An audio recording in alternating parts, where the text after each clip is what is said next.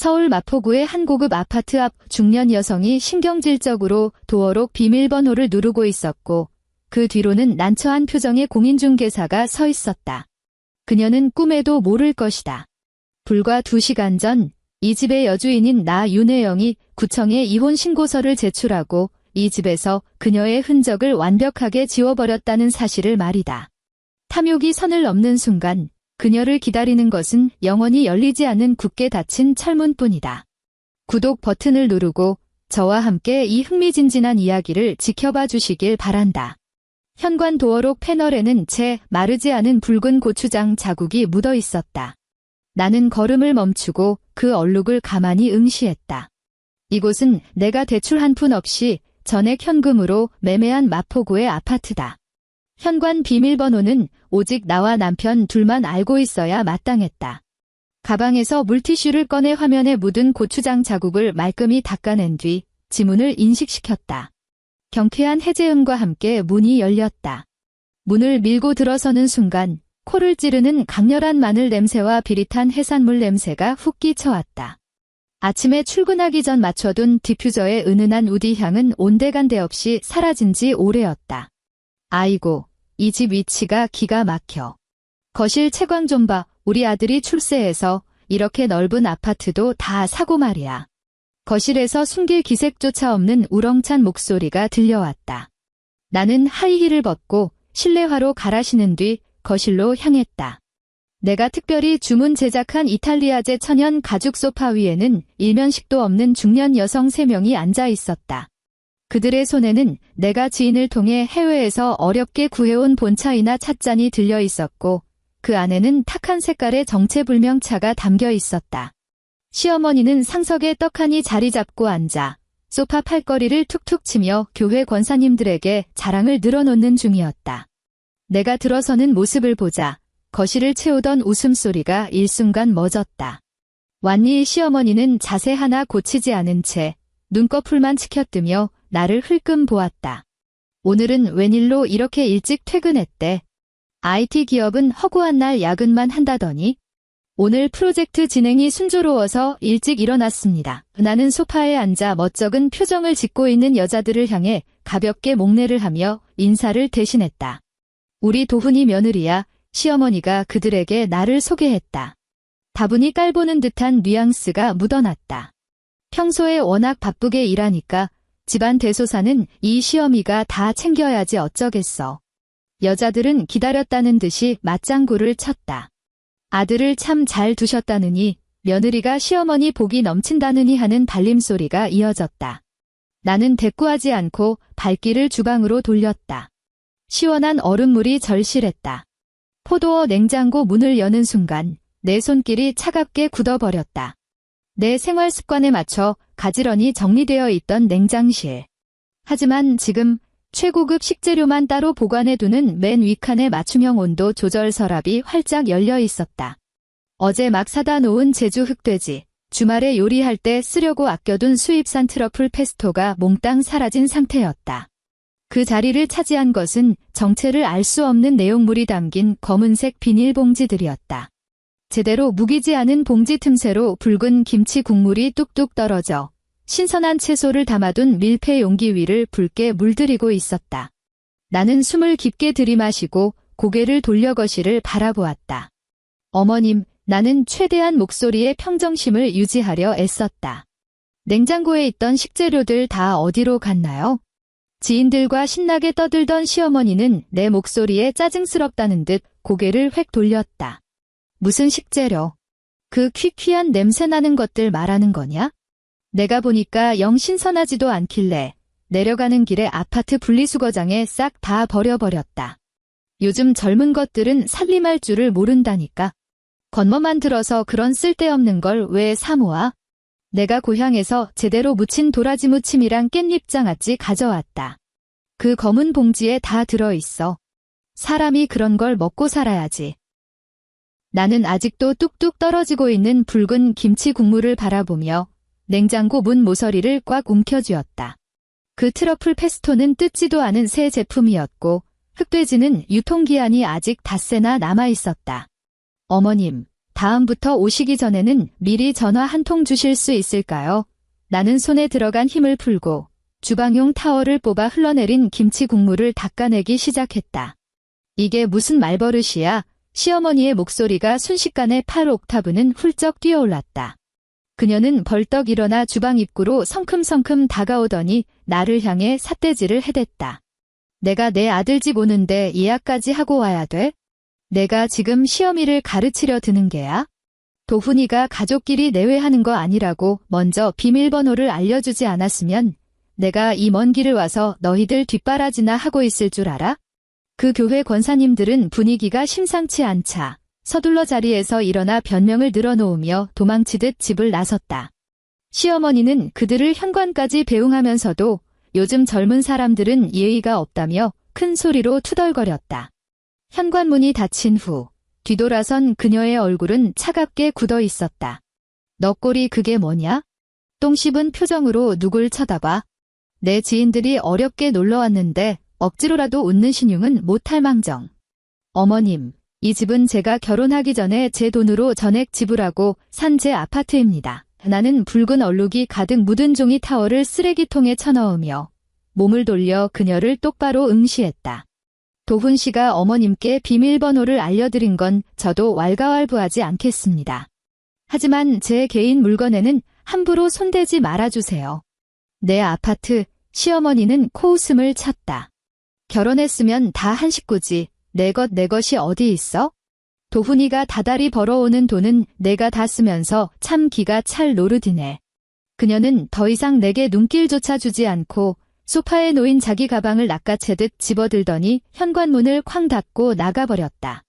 밤 11시 남편 최도훈이 술 냄새를 풀풀 풍기며 집에 들어왔다. 그는 양복 마위를 벗어 의자에 대충 팽개치고는 아일랜드 식탁으로 다가가 물을 따라 마셨다. 나는 식탁 앞에 앉아 그가 물 한 컵을 단숨에 들이켜는 모습을 묵묵히 지켜보았다. 오늘 어머님이 교회분들을 집에 데려오셨어. 내가 입을 열었다.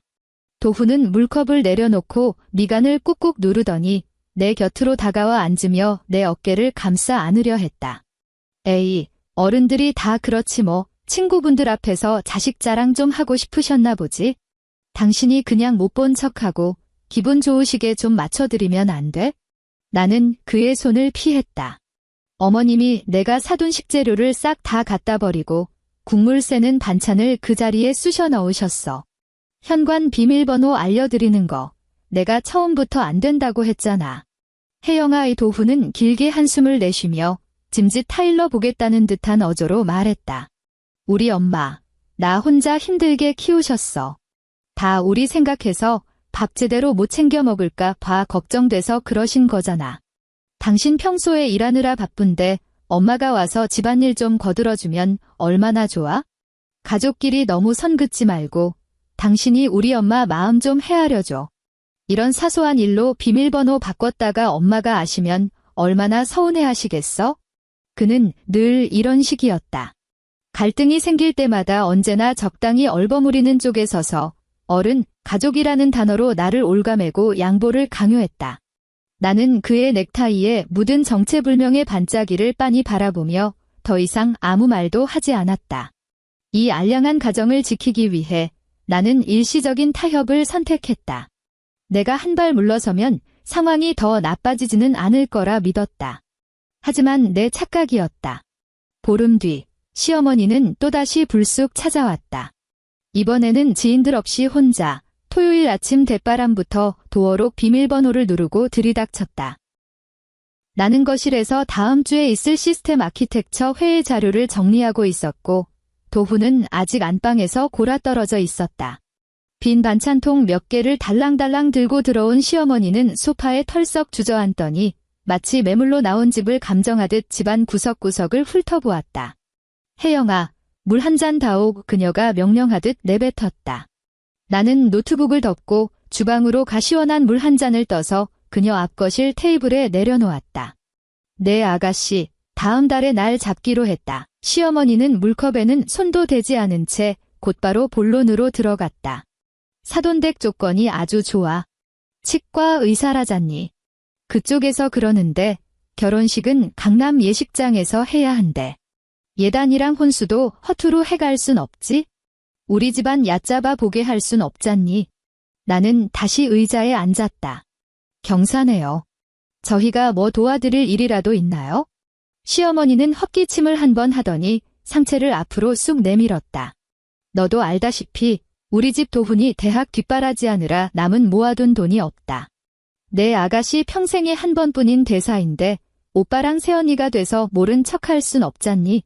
내가 대충 계산해 보니까 사돈댁에서 요구하는 예단비에 혼수까지 합치면 최소 5억 원은 있어야겠더라. 5억 원이나는 시어머니의 당당하기 짝이 없는 얼굴을 보며 헛웃음이 나올 뻔했다. 어머님, 저희 수중에 그런 큰 현금은 없습니다. 나는 담담하게 사실을 말했다. 현금이야 없겠지?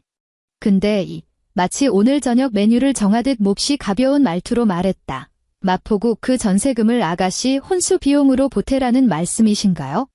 내 것이 어디 있어. 시어머니의 안색이 순식간에 험악해졌다. 너 우리 최씨 집안에 시집 왔으면 넌 최씨 집안 사람이야. 내 아가씨가 시집을 잘 가야 나중에 도훈이도 친척들 앞에서 기가 사는 법이다. 내가 맏며느리로서 그 정도 보태는 게 뭐 대수라고. 넌 우리 집안이 혼수 못 해가서 사돈댁한테 파혼당하는 꼴을 봐야 속이 시원하겠어? 그게 사람이 할 짓이냐? 나는 자리에서 일어나 그녀를 내려다보았다. 어머님, 이 아파트는 제가 8년 동안 직장 생활하면서 수없는 밤을 새워가며 피땀 흘려 모은 돈으로 산 겁니다. 이 집을 전세로 돌릴 일은 절대 없을 뿐더러 제 돈을 남의 혼수 비용으로 내어줄 일은 더더욱 없습니다. 이 문제에 대해서는 더 이상 타협할 여지가 없습니다. 시어머니는 말문이 막힌 듯 했다. 내가 이토록 단호하게 거절할 줄은 예상치 못한 눈치였다. 이내 그녀의 얼굴이 시뻘겋게 달아오르더니 벌떡 일어나 거실 테이블 위에 있던 물컵을 손으로 거칠게 쓸어버렸다. 유리컵이 바닥에 부딪혀 산산조각 나는 소리가 거실에 울려 퍼졌고 차가운 물방울이 내 발등 위로 튀었다. 이 이기적인 몹쓸 년, 그녀는 내 코앞에 삿대질을 하며 고래고래 소리를 질렀다. 내가 이럴 줄 알았다. 머리 검은 짐승은 거두는 게 아니라더니. 평소에는 고상한 척 다 하더니 정작 중요할 때는 10원 한 장 안 내놓으려고 들어. 너 어디 두고 보자. 그녀는 산산이 조각난 유리 파편을 짓밟으며 씩씩거리며 현관문을 쾅 닫고 나가버렸다. 안방 문이 열리고 도훈이 눈을 비비며 걸어 나왔다.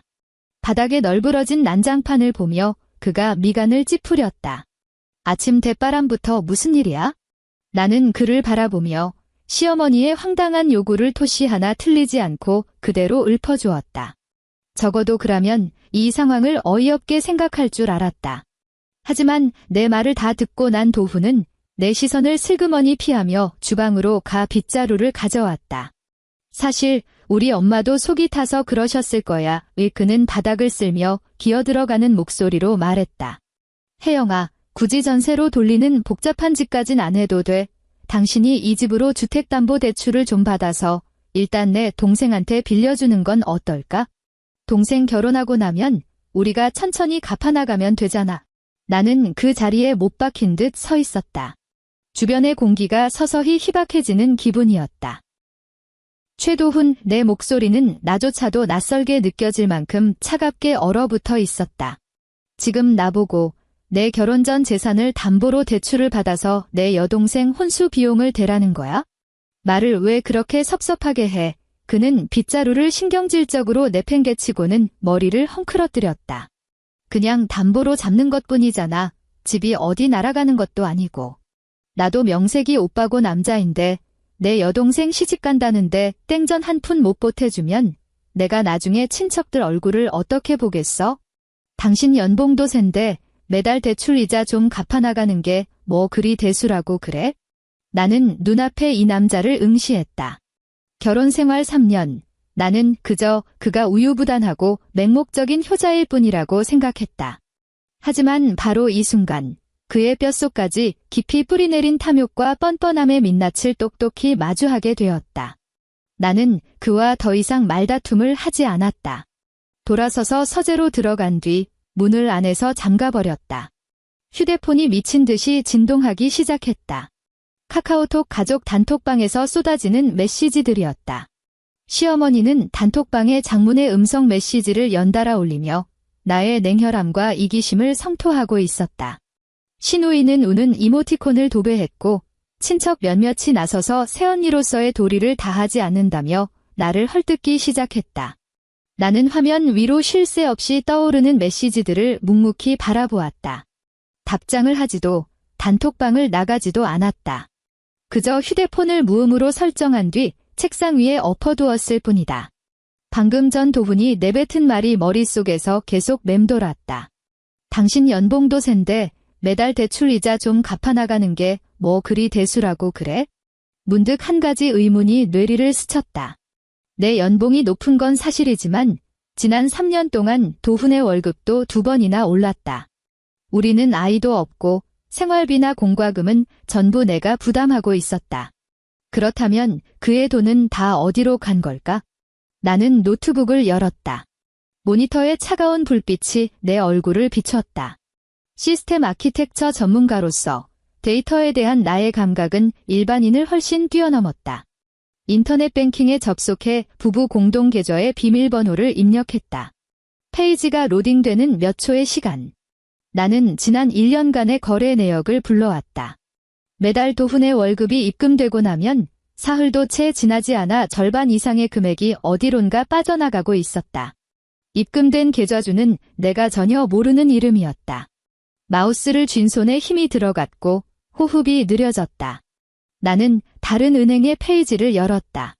결혼할 때 비상시나 회사 접대용으로 쓰라며 그에게 쥐어준 내 명의의 가족카드였다.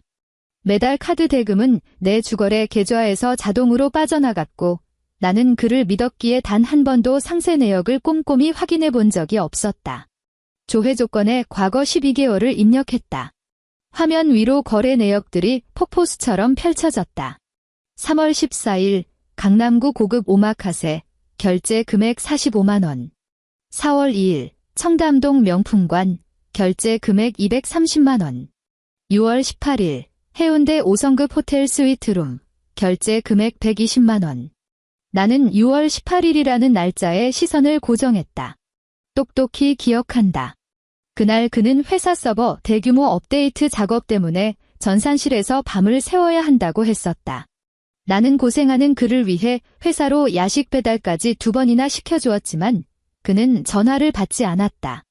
나중에 그는 무균실이라 휴대폰을 반입할 수 없었다고 변명했었다. 그의 무균실은 해운대의 럭셔리 호텔에 있었던 모양이다. 분노조차 일지 않았다. 정말 그랬다. 이 순간 내 몸을 지배하는 것은 지독하게 차가운 이성뿐이었다. 마치 복잡하게 얽힌 에러 코드를 디버깅하다가 마침내 치명적인 버그의 원인을 찾아냈을 때의 기분이었다. 풀리지 않던 모든 의문이 완벽하게 맞아떨어졌다. 어쩐지 그가 주택담보대출을 받으라고 그렇게 종용하더라니. 그는 애초에 여동생의 혼수 따위에는 관심도 없었던 것이다. 그저 이 상황을 핑계 삼아 내 자산을 현금화해서 자기가 밖에서 친 사고를 메우거나 흥청망청 쓸 속셈이었던 거다. 나는 의자 등받이에 기대어 눈을 감고 손가락으로 책상을 무의식적으로 톡톡 두드렸다. 아직 부족하다. 이 결제 내용만으로는 그의 외도와 재산 은닉을 증명할 정황 증거밖에 되지 않는다. 그의 교활한 성격상 법정에 서면 온갖 변명으로 빠져나갈 것이 뻔했다. 나에게는 더 치명적인 한 방이 필요했다. 나는 자리에서 일어나 소리 없이 서재 문을 열었다. 거실은 쥐 죽은 듯 고요했다. 도훈은 아마도 억울해하는 여동생과 어머니를 달래러 밖으로 나간 모양이었다. 나는 안방으로 들어가 그가 평소 중요한 서류를 보관해 두는 서랍을 당겨보았다. 잠겨 있었다. 나는 가는 철사를 찾아내어 허술하기 짝이 없는 자물쇠를 단 3번의 손놀림만으로 가볍게 따버렸다. 안에는 회사 서류들과 함께 누런 서류 봉투 몇 개가 들어있었다. 가장 밑에 깔린 봉투를 꺼내 열어보았다. 그 안에는 인감증명서 발급 위임장이 들어있었다. 위임자란에는 윤혜영이라는 내 이름이 적혀 있었고 용도란에는 주택담보대출용이라고 뚜렷하게 적혀 있었다. 서명란에는 누군가 내 글씨체를 어설프게 흉내낸 흔적이 역력했다. 그리고 그 서류 옆에는 윤혜영이라는 이름이 새겨진 갓 파낸 싸구려 막도장이 덩그러니 놓여 있었다. 손끝이 순식간에 차갑게 식어내렸다. 이건 단순한 꼼수가 아니다. 명백한 범죄다. 그는 내 서명을 위조하고 내 이름으로 막도장까지 파서 내가 방심한 틈을 타 내 신분증을 훔쳐 인감증명서를 떼고 내 몰래 아파트를 담보로 대출을 받을 작정이었던 것이다. 만약 오늘 시어머니가 불쑥 찾아와 난동을 부리지 않았다면, 그래서 그가 섣불리 본색을 드러내지 않았다면 아마 다음 달쯤 나는 어마어마한 빚더미에 앉아 있었을 것이다. 나는 휴대폰을 꺼내 이 서류와 도장, 그리고 서랍 안의 모든 디테일이 선명하게 보이도록 여러 장의 사진을 찍었다. 그런 다음 물건들을 원래 있던 그대로 감쪽같이 돌려놓고 다시 서랍을 잠갔다. 모든 작업을 마친 뒤 욕실로 들어가 찬물로 세수를 했다. 거울 속에 비친 여자의 얼굴은 무표정했고 눈동자에는 눈물 한 방울 맺혀 있지 않았다. 게임의 룰이 바뀌었다. 그 후 사흘 동안 나는 평소와 다름없이 출퇴근을 했다. 집에서도 도훈과 표면적인 평화를 유지했다. 그는 내가 아직도 대출을 고민하고 있다고 착각했는지 나에게 유난히 살갑게 굴었고 심지어 쓰레기 분리수거를 2번이나 자처하기까지 했다. 그의 그 구역질나는 아부 섞인 얼굴을 볼 때마다 속이 뒤집혔다. 나는 반차를 내고 아파트 관리사무소와 지하주차장으로 향했다. 차량에 흠집이 났다는 핑계를 대고 지난 3개월치 CCTV 녹화 영상을 확보했다. 주차장 CCTV 영상에는 도훈의 조수석에 앉아있는 젊은 여자의 모습이 아주 선명하게 담겨 있었다. 두 사람이 차 안에서 껴안고 키스하는 장면이 고화질 카메라에 생생하게 포착되었다. 이 영상들을 챙겨 나는 서초동에 있는 한 법무법인을 찾아갔다. 이혼 합의서를 작성하고 싶습니다. 나는 변호사 맞은편에 앉아 두툼하게 프린트된 카드 결제 내역과 위조 서류 사진들, 그리고 CCTV 영상이 담긴 이동식 저장 장치를 탁자 위로 밀어놓았다. 서류를 훑어보던 변호사의 눈썹이 서서히 위로 치켜 올라갔다. 윤 선생님, 증거를 수집하신 솜씨가 대단히 전문가 수준이시군요. 변호사가 고개를 들어 나를 바라보았다. 이 자료들만으로도 상대방에게 위자료 청구는 물론이고 일체의 재산 분할 포기를 요구할 수 있습니다. 게다가 저 위임장 위조건은 명백한 사문서 위조죄에 해당합니다. 경찰에 고발하시면 남편분은 형사처벌을 면치 못할 겁니다. 그 사람을 감방에 보낼 생각은 없습니다. 나는 담담하게 말했다. 제가 원하는 건 당장 그 자리에서 이혼 서류에 도장을 찍고 제 결혼 후 계좌에 있는 모든 예금을 포함해 일체의 재산 분할을 포기하게 만드는 겁니다. 그 대가로 저는 고발도 하지 않을 것이고 이 자료들을 그의 회사나 그 상간녀에게 터뜨리지도 않겠다고 하세요. 변호사가 고개를 끄덕였다. 알겠습니다. 형사처벌을 볼모로 삼아 가장 신속하게 재산을 지키고 관계를 정리하시겠다는 거군요. 대단히 현명한 선택이십니다. 합의서 작성은 일사천리로 진행되었다. 조항은 간단하고 명료했다. 남편 측은 자발적으로 모든 재산에 대한 권리를 포기하며 아내 측은 남편의 어떠한 귀책 사유도 묻지 않는다. 금요일 저녁, 나는 거실 식탁 앞에 앉아 있었다. 식탁 위에는 누런 서류 봉투 하나와 펜 한 자루만이 놓여 있었다. 저녁 8시, 현관에서 도어록이 열리는 소리가 났다.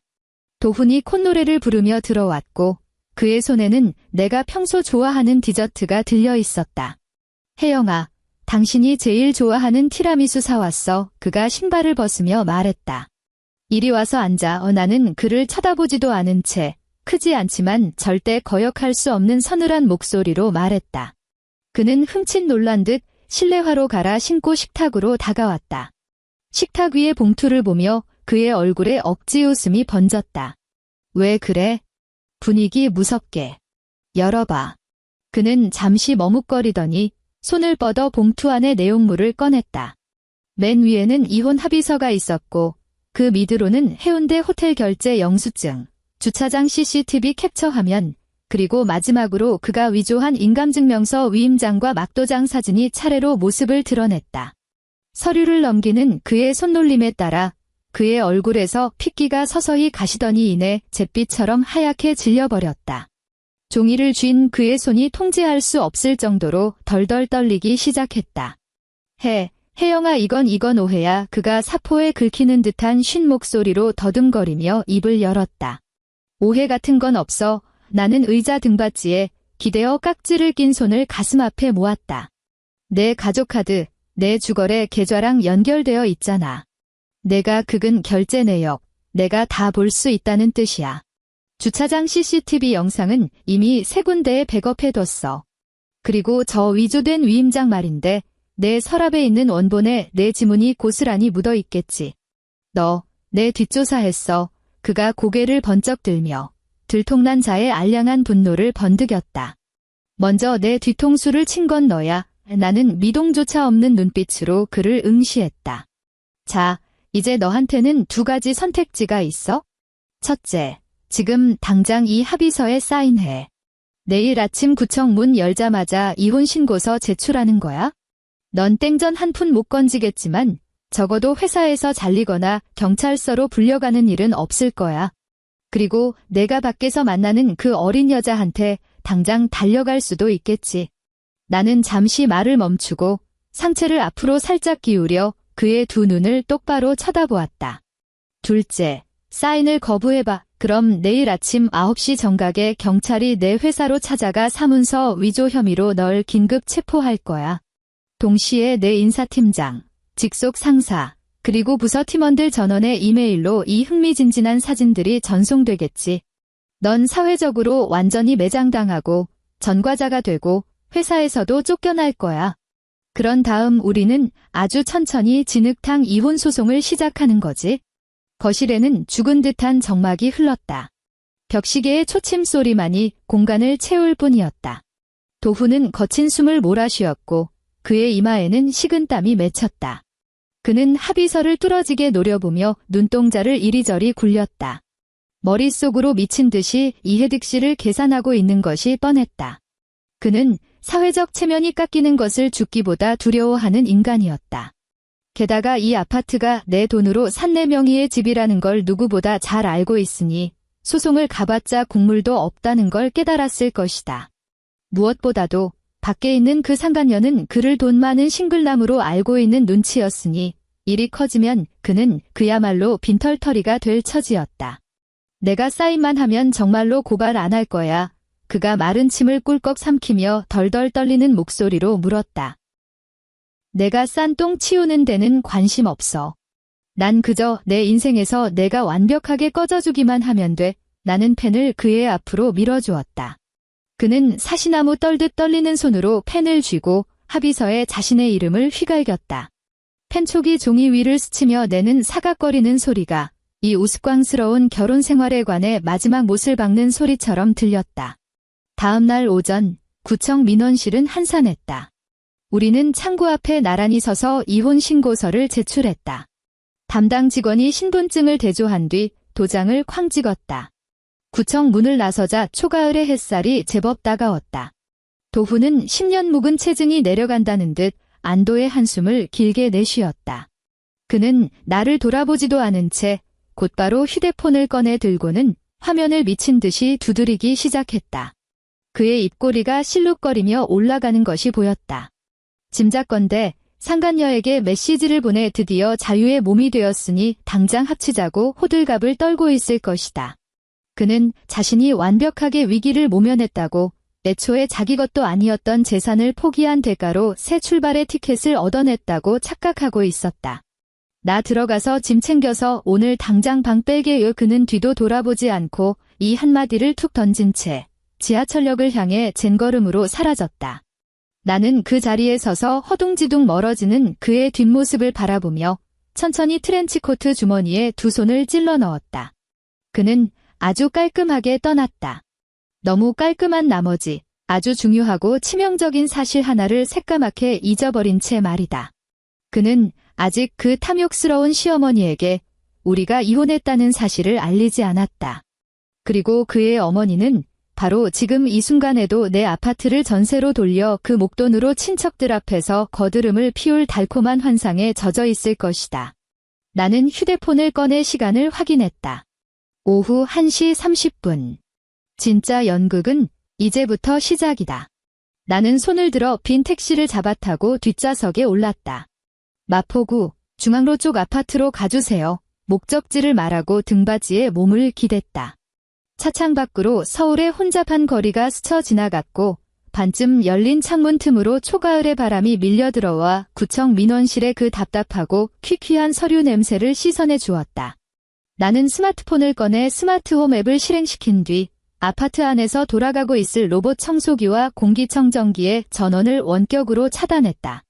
20분 뒤 나는 내 아파트 현관문 앞에 섰다. 현관 신발장 한 구석이 텅 비어 있었다. 항상 싸구려 가죽 냄새를 풍기던 최도훈의 구두 몇 켤레가 흔적도 없이 사라진 것이다. 주방 아일랜드 식탁 위에는 스페어키 2개와 파란색 공동현관 출입카드만이 덩그러니 놓여 있었다. 그가 짐을 빼서 도망치는 속도는 내 상상을 초월했다. 공포야말로 가장 확실한 원동력이다. 그는 내가 마음을 바꿔 자신의 지문이 묻은 그 위조 위임장을 들고 경찰을 부를까 봐 뼈저리게 두려웠던 것이다. 나는 실내화로 갈아 신고 곧장 현관문 안쪽으로 다가갔다. 스마트 도어록의 무광 블랙 배터리 커버를 벗겨내고 구석에 숨겨진 자그마한 초기화 버튼을 찾아냈다. 유심핀을 꺼내 그 버튼을 5초 동안 길게 눌렀다.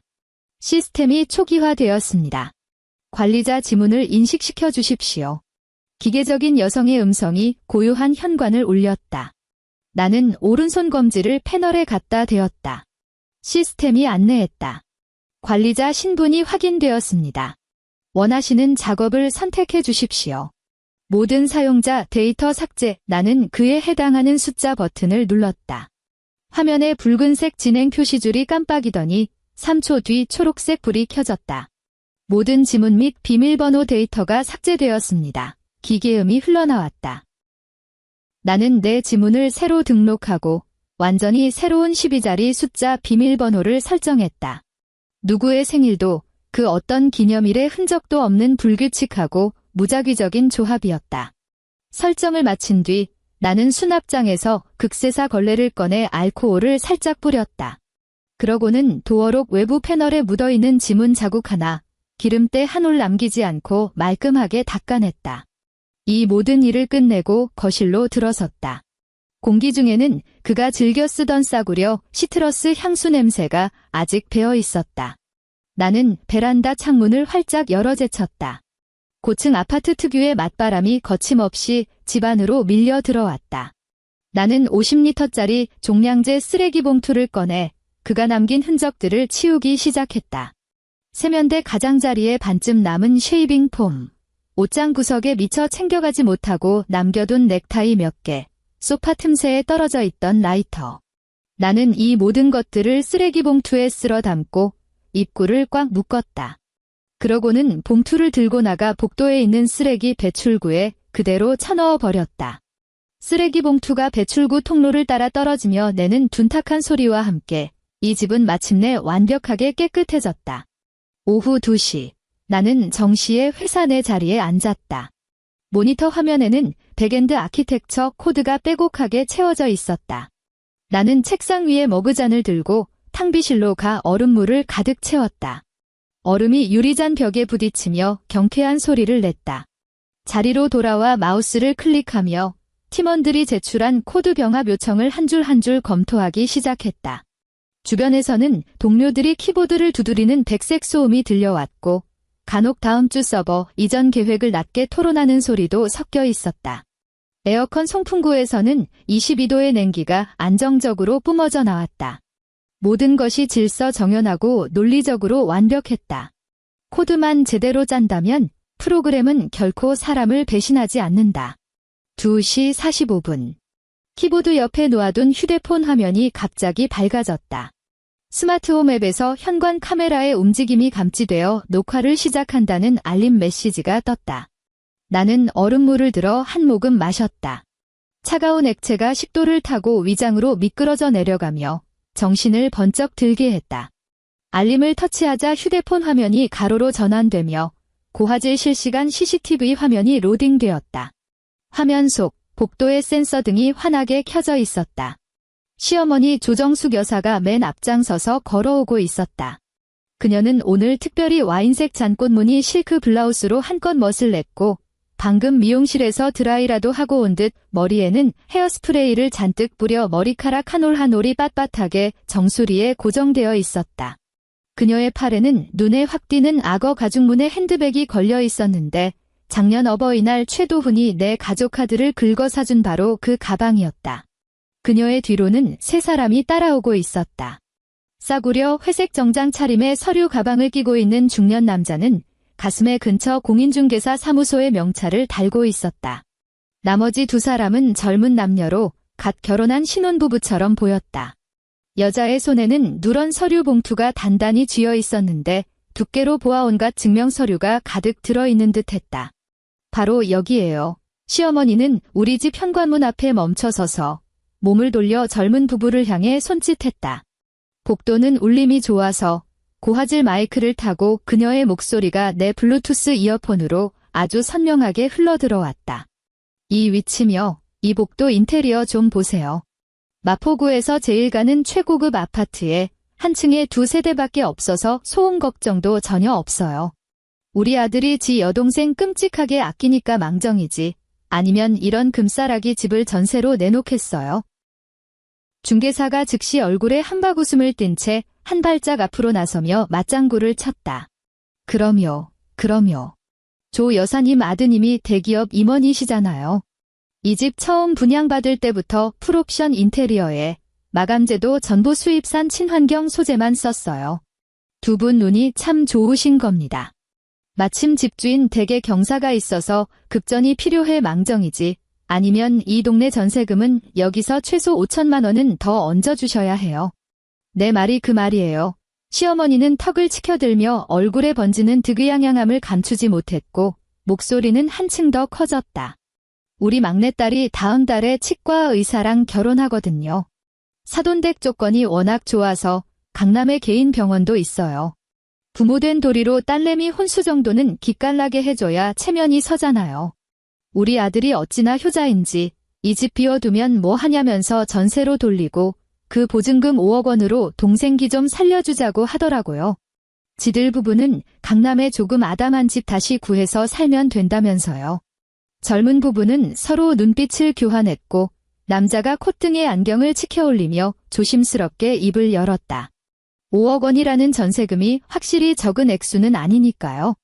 저기 중개사님, 저희가 인터넷으로 이 집 등기부등본을 떼어봤는데 소유주 명의가 최 씨가 아니라 윤 씨 성을 가진 여자분이던데요. 계약할 때 집주인 본인이 직접 오시는 거 맞죠? 아이고, 젊은 사람이 뭘 그렇게 꼬치꼬치 따져요. 시어머니는 불쾌한 듯 미간을 찌푸리며 손사래를 쳤다. 목소리에는 짜증이 역력했다. 내 아들 집인데 어미인 내가 알아서 못할까 봐요. 그 윤 씨가 우리 며느리예요. 결혼했으면 재산도 다 한 식구 거지. 우리 도훈이가 회사 회의하느라 하도 바빠서 비밀번호도 나한테 싹 다 맡겼어요. 일단 들어가서 구조부터 찬찬히 둘러봐요. 마음에 들면 바로 부동산 가서 계약서 쓰면 되고 내가 대리인 자격으로 도장 찍으면 그만이니까. 전세금은 그냥 내 계좌로 바로 쏘면 돼요. 그 말을 들은 여자는 살짝 눈살을 찌푸리며 남자의 등 뒤로 반걸음 물러섰고 서류 봉투를 쥔 손에 더 힘을 주었다. 남자 역시 망설이는 기색을 보이며 중개사를 바라보는 눈빛에 경계심이 서렸다. 중개사가 서둘러 분위기를 수습했다. 아이고, 가족 대리 계약도 위임장이랑 인감증명서만 제대로 갖추면 아무 문제 없습니다. 일단 집부터 보시죠. 집부터. 조 여사님, 문 좀 열어주시겠습니까? 잘 봐요. 이거 최고급 모델이라 보안 등급도 제일 높은 거예요. 시어머니는 자신만만하게 몸을 돌려 현관문 도어록을 마주 보았다. 나는 인체공학 의자에 깊숙이 기대 앉아 조용히 화면을 응시했다. 시어머니가 오른손 검지를 뻗어 도어록의 까만 패널을 톡 건드렸다. 푸르스름한 숫자 100라이트가 켜졌다. 그녀는 능숙하게 6자리 숫자를 눌렀다. 예전에 도훈이 설정해둔 비밀번호, 그의 생일과 내 생일을 조합한 숫자였다. 마지막으로 오른쪽 아래의 확인 버튼을 눌렀다. 띠. 도어록에서 귀를 찌르는 오류 알림음이 울렸고 패널의 숫자가 붉은 빛으로 2번 깜빡이더니 이내 꺼져버렸다. 복도에는 1초간 정적이 흘렀다. 중개사가 멈칫하더니 헛웃음을 지으며 입을 열었다. 조 여사님, 비밀번호를 깜빡하신 거 아닙니까? 그럴 리가요. 당장 지난주에도 왔었는데 시어머니의 얼굴이 굳어지더니 이내 억지로 미소를 지어 보였다. 기계가 영둔해서 그래요? 내 손끝이 너무 건조해서 인식이 잘 안 되나 봐.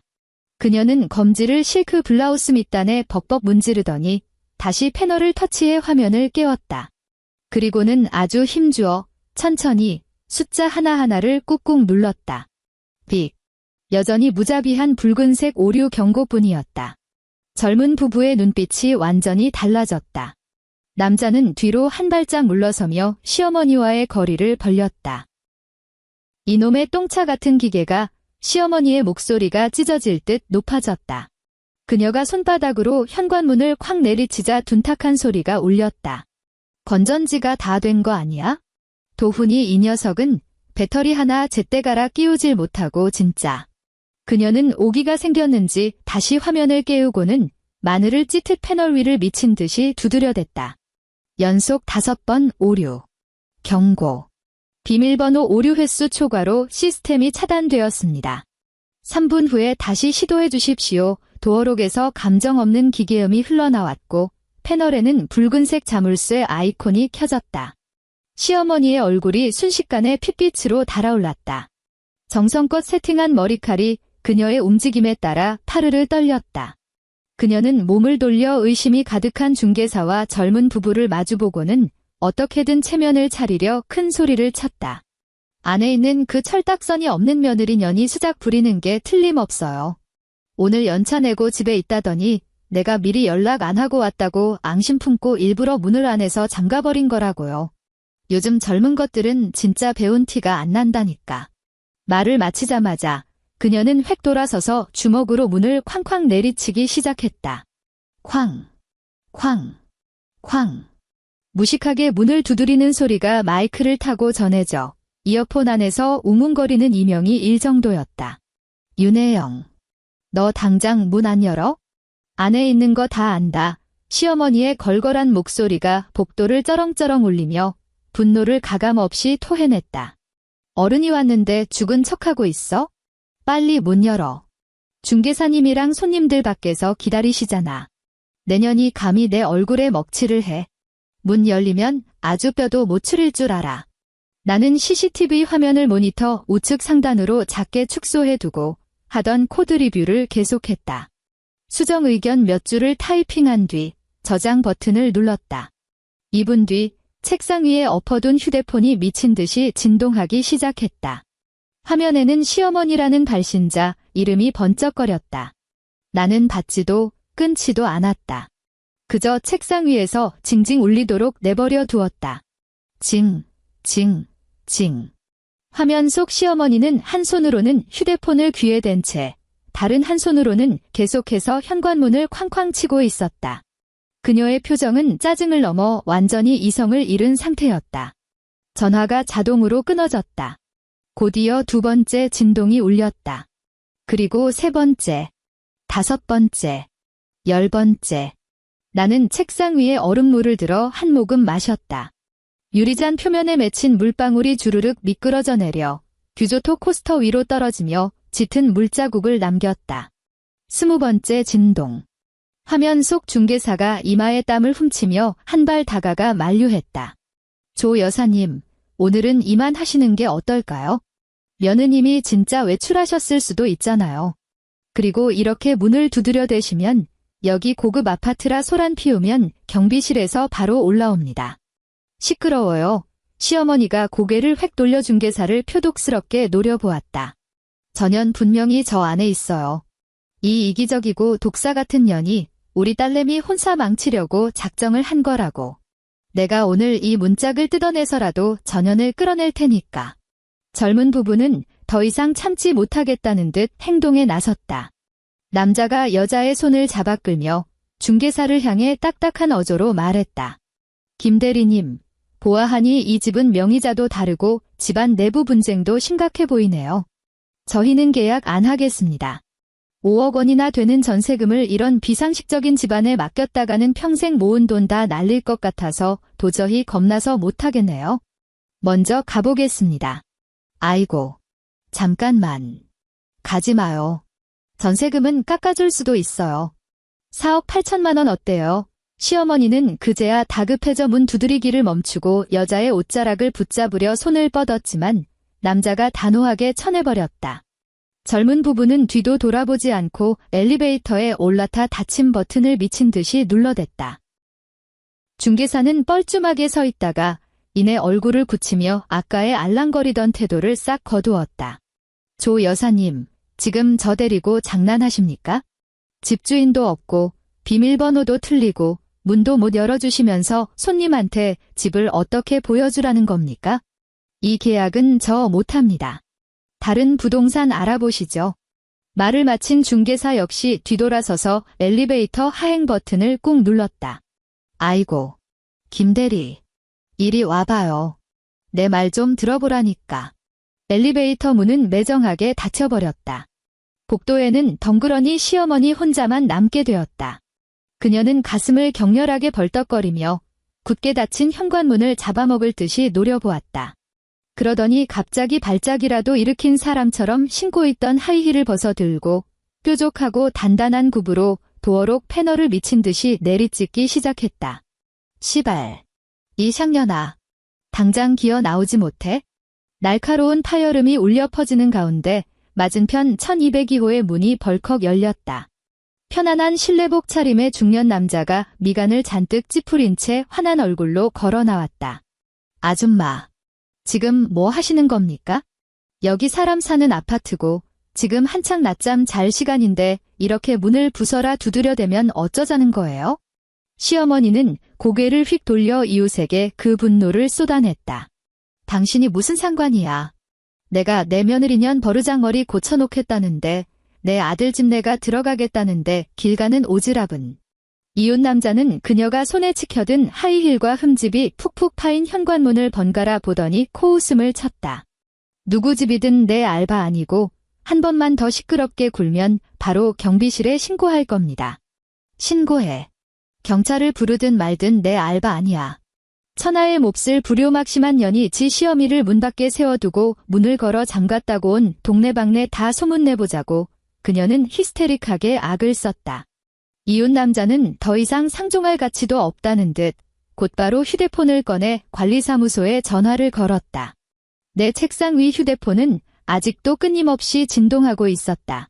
30번째, 50번째.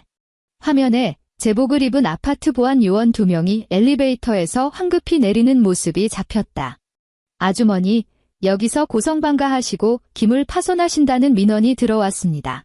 키가 큰 보안 요원이 앞으로 나서며 시어머니와 우리 집 현관문 사이를 가로막았다. 신분증이랑 입주민 증명할 수 있는 서류 좀 보여주시죠. 입주민 증명? 내가 이 집 시어미라고. 우리 아들 이름이 최도훈이야.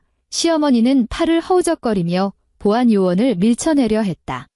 다른 보안 요원이 스마트 패드를 꺼내 명단을 확인했다. 죄송하지만 1201호 등록된 소유주는 윤혜영 입주민님이십니다. 저희 입주민 명부에 최도훈이라는 분은 안 계시는데요. 입주민 가족이라는 걸 증명하지 못하시고 세대에서 방문객 등록도 안 해두셨으니 이만 퇴거해 주셔야겠습니다.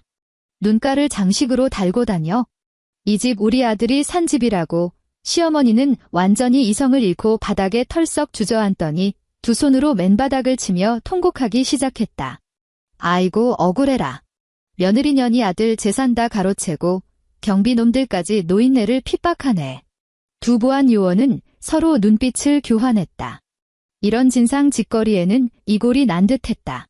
그들은 군말 없이 시어머니의 양팔을 하나씩 끼고 바닥에서 강제로 번쩍 들어 올렸다. 이거 놔. 어딜 함부로 손을 대. 우리 아들이 대기업 임원이야. 너희들 다 고소할 거야. 그녀가 발버둥을 치며 악을 썼지만 건장한 두 보안 요원은 그녀를 질질 끌다시피 엘리베이터 안으로 밀어넣었다. 복도는 마침내 죽은 듯한 정막을 되찾았다. 도어록 패널에 남은 얕은 흠집 몇 개만이 방금 전 한바탕 난동이 있었음을 증명하고 있을 뿐이었다. 하지만 내 책상 위 휴대폰의 진동은 멈추지 않았다. 그녀는 아파트에서 쫓겨난 뒤에도 미친 듯이 내 번호로 전화를 걸어대고 있었다. 70번째, 80번째. 나는 마지막 코드 리뷰 의견을 타이핑하고 병합 승인을 클릭했다. 그러고는 의자 등받이에 기대 앉아 조용히 휴대폰 화면을 내려다보았다. 부재중 전화 숫자가 계속해서 치솟았다. 그녀는 마치 이런 식으로라도 자신의 무능한 분노를 표출하며 이 전화 한 통으로 자신의 그 알량한 통제권을 되찾으려 발악하는 듯했다. 99번째 끊김. 나는 컵을 들어 마지막 남은 얼음물을 단숨에 들이켰다. 얼음 조각이 입안으로 굴러들어왔고 나는 그것을 가볍게 깨물어 부쉈다. 와작 하는 경쾌한 소리가 났다. 100번째 진동이 울렸다. 나는 검지를 뻗어 느릿느릿 통화 버튼을 스와이프한 뒤 스피커폰 모드를 켰다. 윤혜영, 이 미친년아. 전화가 연결되자마자 시어머니의 찢어질 듯한 포효가 내 자리 주변으로 터져나왔다. 스피커폰인데도 고막을 찌를 듯 날카로웠다. 옆자리의 동료 몇 명이 깜짝 놀라 나를 쳐다보았다. 나는 그들을 향해 가볍게 목례하며 미안하다는 제스처를 취했지만 내 눈빛에는 한치의 동요도 없었다. 너 집안에 있었지? 감히 비밀번호를 바꿔? 내년 때문에 오늘 내가 얼마나 망신을 당했는지 알아? 5억짜리 전세가 내년 때문에 통으로 날아갔다고. 경비실 놈들까지 날개 끌듯이 끌어내고. 내 똑똑히 경고하는데 오늘 날아간 전세금 당장 내놓지 않으면 도훈이더러 당장 이혼하라고 할 줄 알아. 위자료 한 푼 없이 맨몸으로 쫓겨날 줄 알라고.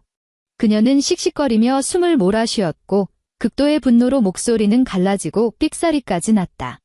수화기 너머로 차들이 쌩쌩 달리는 소리와 경적 소리가 들리는 걸 보니 길바닥 한복판에 서서 악을 쓰고 있는 게 분명했다. 나는 컴퓨터 모니터에 깔끔하게 정렬된 코드 화면을 바라보며 손가락으로 책상을 가볍게 톡톡 두드렸다.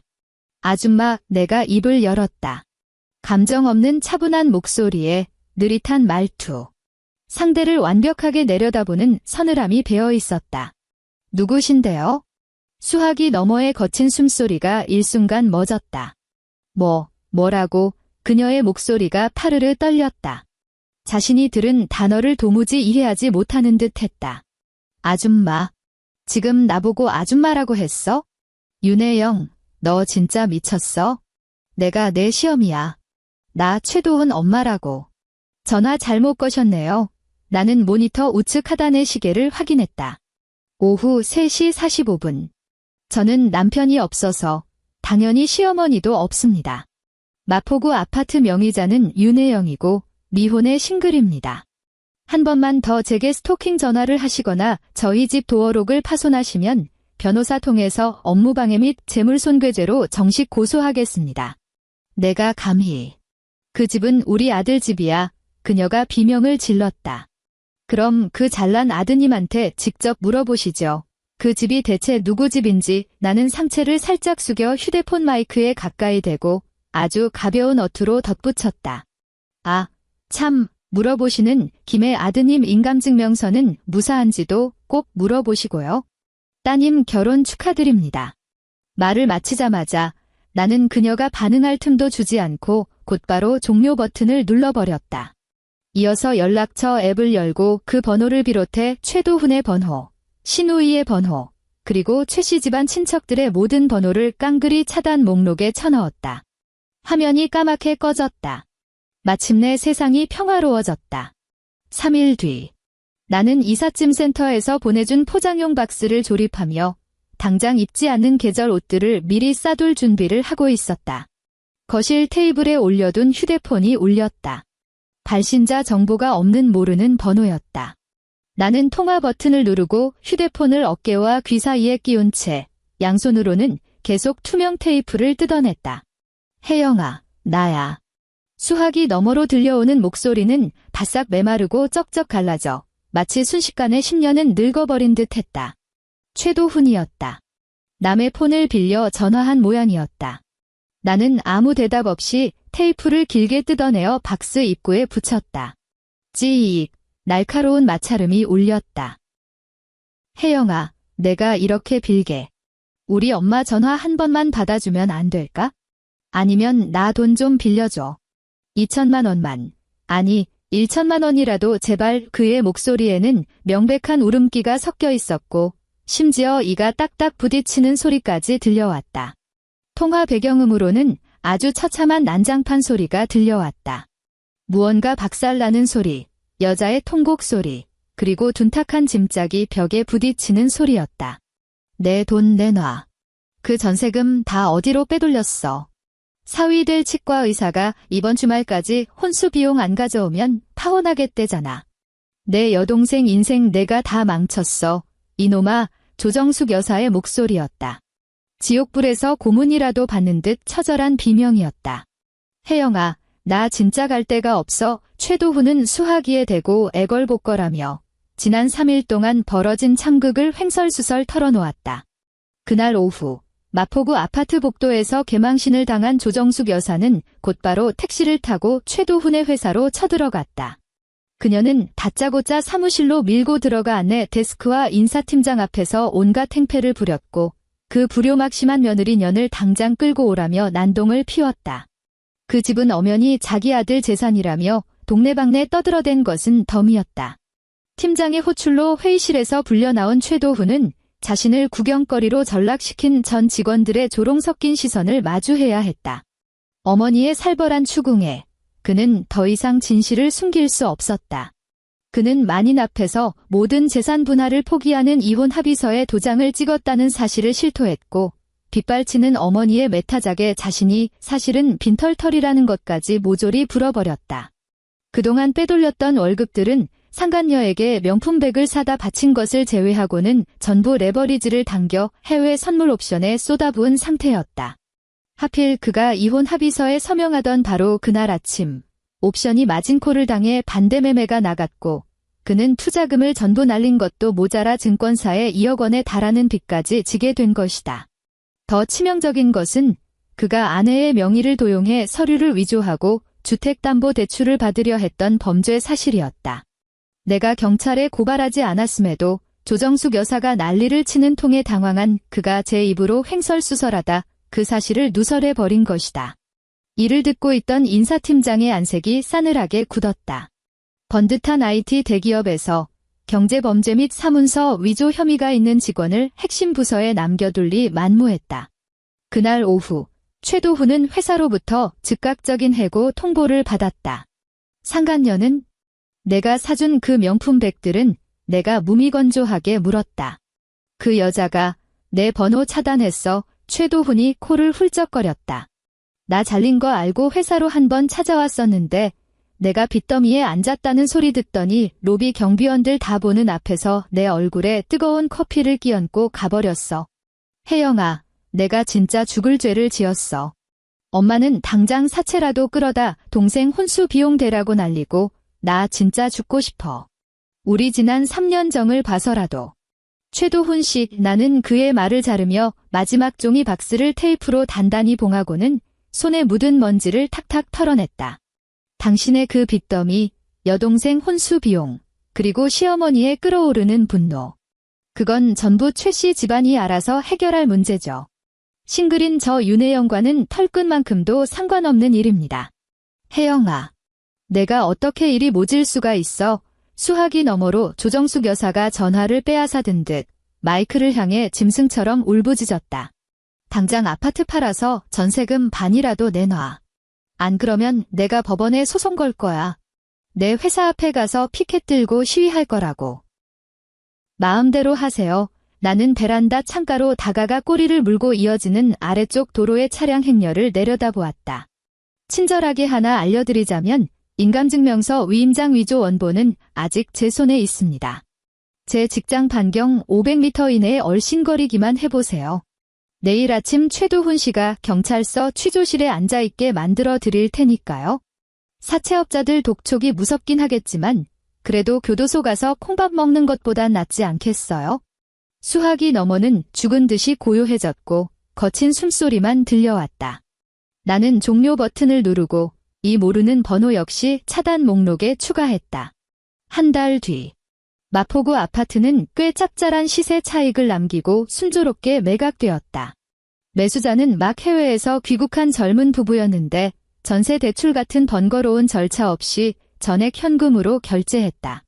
잔금이 입금된 다음 날 나는 강남의 한 고급 부동산 VIP 라운지에 앉아 새 아파트 매매 계약서에 서명했다.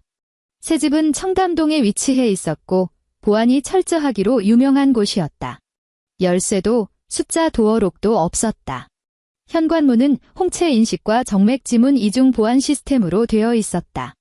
나 외에는 그 어떤 불청객도 단 한 발짝도 들여놓을 수 없는 완벽한 요새였다. 이사하는 날은 모처럼 구름 한 점 없이 화창했다. 포장이사 업체의 정리 서비스는 정중히 사양하고 혼자서 짐을 하나하나 제자리에 배치했다. 불필요한 잡동사니도 냄새나는 김치통도 싸구려 남성용품도 없는 온전한 내 공간이었다. 냉장고에는 내가 좋아하는 제주 흑돼지와 뜯지 않은 트러플 페스토가 가지런히 정리되어 있었다. 드레스룸에는 색깔별로 분류된 오피스룩이 깔끔하게 걸려 있었다. 밤이 깊어지자 나는 얼음물을 한 잔 따라 넓은 테라스로 나갔다. 저 멀리 남산 서울타워의 조명이 반짝이고 발 아래로는 강남의 화려한 야경이 펼쳐졌다. 복도에서 들려오던 교양 없는 욕설도 가족이라는 명목하에 자행되던 지긋지긋한 가스라이팅도 더 이상 들리지 않았다. 들리는 소문에 의하면 최도훈은 증권사와 사채업자의 빚 독촉을 피해 어머니와 파혼당한 여동생을 데리고 야반도주하듯 원래 살던 아파트에서 짐을 뺐다고 한다. 지금은 관악구에 햇빛 한 줌 들지 않는 반지하 단칸방에 옹기종기 모여 산다던가. 사시사철 벽에서 물이 스며나오고 지독한 곰팡내를 폐부로 들이마시면서 말이다. 나는 유리잔의 물을 한 모금 마셨다. 얼음이 입술에 닿아 녹으면서 머릿속까지 맑아지는 서늘함이 퍼졌다. 테라스로 불어온 바람이 내 치맛자락을 가볍게 흔들었다. 나는 난간에 기대어 눈을 감고 초가을의 서늘하고 맑은 공기를 폐부 깊숙이 들이마셨다. 참으로 고요하다. 사실 윤혜영이 마지막으로 바꾼 것은 단순한 현관문 비밀번호가 아니었다. 거머리처럼 피를 빨아먹던 그 지긋지긋하고 황당한 인생 자체를 갈아엎은 것이다. 진정한 각성이란 타인의 탐욕에 더 이상 내 인생을 걸고 희생하지 않는 것, 그리고 법과 이성이라는 가장 견고한 성벽을 높이 쌓아 올리는 것이다. 만약 여러분도 누군가에게 끝없이 착취당하는 관계 속에 놓여 있다면 부디 기억하시길 바란다. 당신에게는 언제든 인생의 초기화 버튼을 누를 권리가 있다는 것을. 댓글창에 여러분의 생각도 자유롭게 남겨주시길 바란다.